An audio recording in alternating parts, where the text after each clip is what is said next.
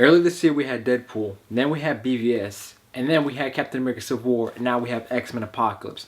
And then it's gonna come out Suicide Squad and Doctor Strange. Come on. Come on. Let us join together and enjoy these great comic movies that are coming out, regardless of what you think of them. Let's just join together and appreciate that we're actually getting this many comic movies in 1 year. Come on. Let's join together. That shit's not gonna happen.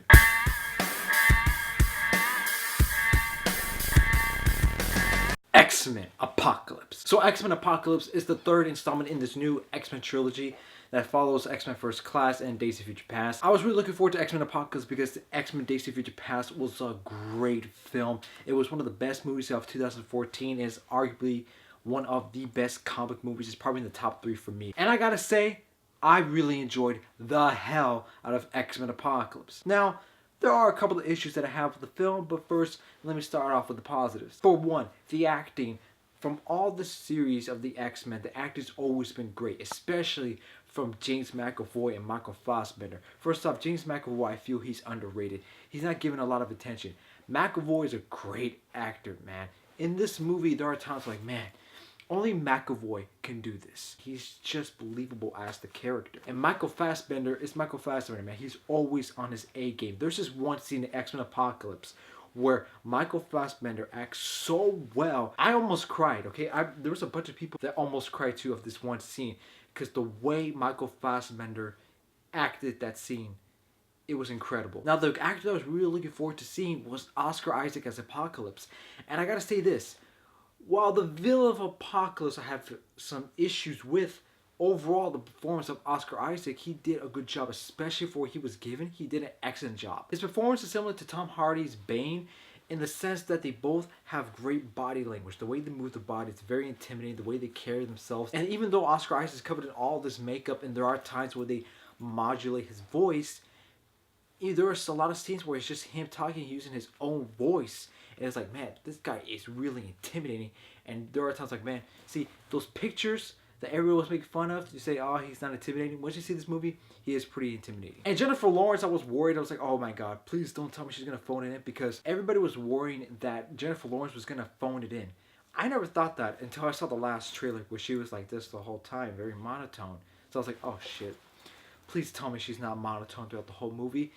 You can kind of tell at times where it's like, okay, she's kind of getting done with the blockbusters, but the good thing is that they didn't focus too much on Mystique, and I didn't want that to happen. Evan Peters is great as Quicksilver. There's a scene in this movie of Quicksilver that is just on point and it was great, and I was like, oh my God, I was smiling throughout the whole time.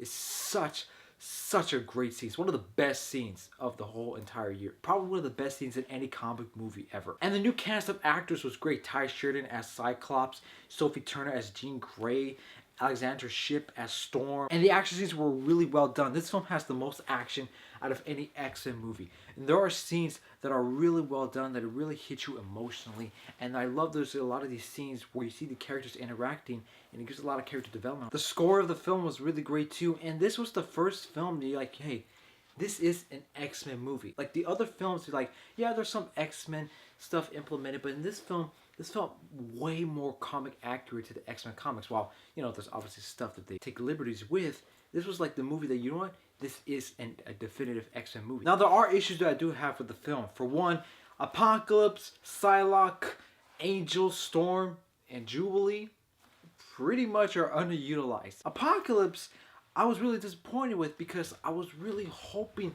that they would give Apocalypse a lot to do with, because the movie is called X-Men Apocalypse. When Apocalypse comes in and he says his motivations, you're like, okay, I can understand his motivations, but at the same time, it's like, okay, it's pretty, you know, cookie cutter. It's like, all right, you know, he's going to do that. I want to do this because of this.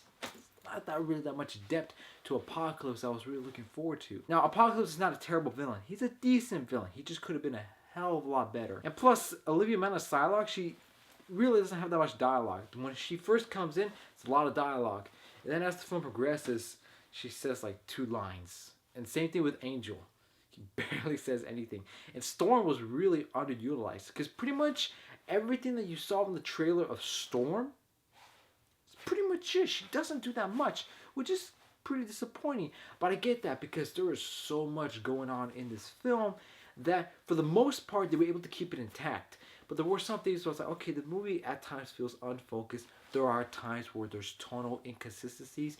Because, for example, there's this really dark scene that happens. Like, man, you put your hand over your mouth, like, my gosh, that was dark. And then 5 minutes later, they make a joke. So it's like, it's kind of tonally inconsistent.